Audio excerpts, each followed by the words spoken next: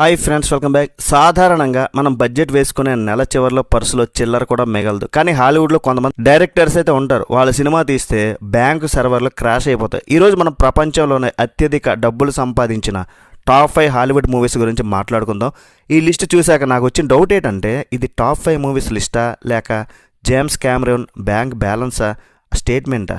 ఎందుకో మీకే అర్థమైంది. పదండి లెక్కలు చూసేద్దాం ఒకసారి. నెంబర్ 5లో వచ్చేస్తుంది Star Wars the Force Awakens. 2005లో రిలీజ్ అయింది ఈ మూవీ. కలెక్షన్స్ ఎంతో తెలుసా? 2.07 బిలియన్స్, అంటే ఇండియన్ కరెన్సీలో 17,000 కోట్లు. అసలు ఈ సినిమాలో ఏముంటదంటే, అంతరిక్షం, వింత వింత జీవులు, ముఖ్యంగా ట్యూబ్ లైట్స్ పట్టుకుని కొట్టుకోవడం. నిజంగా ఫ్రెండ్స్, స్పేస్లో ఫ్యామిలీ గొడవలే ఈ సినిమా కథ. తండ్రిని కొడుకు చంపేయడం, తాత కోసం మనవడు వెతకడం. బేసిక్ ఇది స్పేస్లో జరిగే కార్తీక దీపం సీరియల్ అనమాట.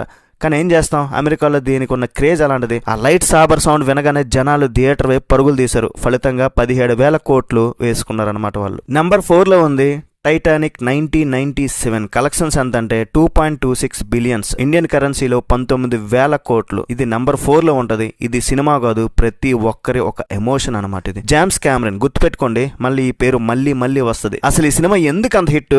వాడ మునిగిపోతుంటే జనం ఏడ్చి హిట్ చేశారు. కానీ నాకు ఎప్పటికీ ఒక డౌట్, క్లైమాక్స్ లో ఆ చెక్క మొక్క మీద హీరోయిన్ పక్కన జాక్ ప్లేస్ లేదా భయ్య?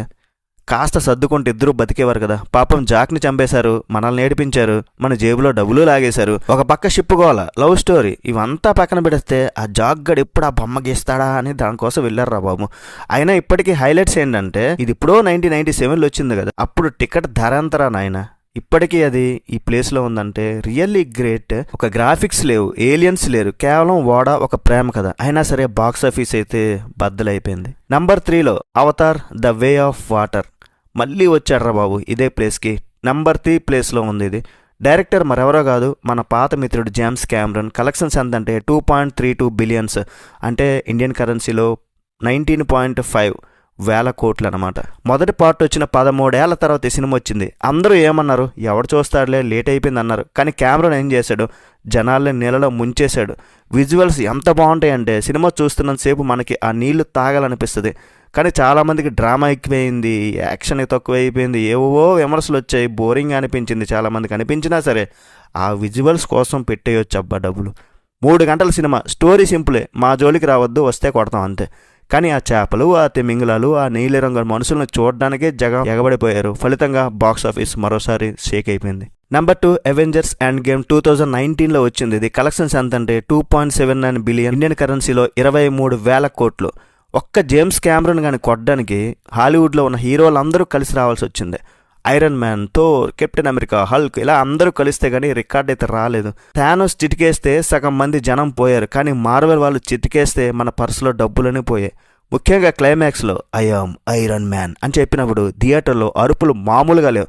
ఆ ఒక్క సీన్ చాలు భయ్య కలెక్షన్స్ జస్టిఫికేషన్ ఇవ్వడానికి. పాపం ఐరన్ మ్యాన్ చనిపోయాడని బాధపడాలో, వాళ్ళు సంపాదించిన డబ్బులు చూసి కుళ్ళుకోవాలో అర్థం కాని పరిస్థితి. Number 1 Avatar. 2009లో వచ్చింది. ఇది కలెక్షన్స్ 2.92 బిలియన్, సుమారుగా 24,000 కోట్లు. డైరెక్టర్ ఇంకెవరుంటారు, అదే జేమ్స్ కెమెరాన్ మామ. 2009లో ఈ సినిమా వచ్చినప్పుడు జనాలకి మెంటల్ ఎక్కిపోయింది.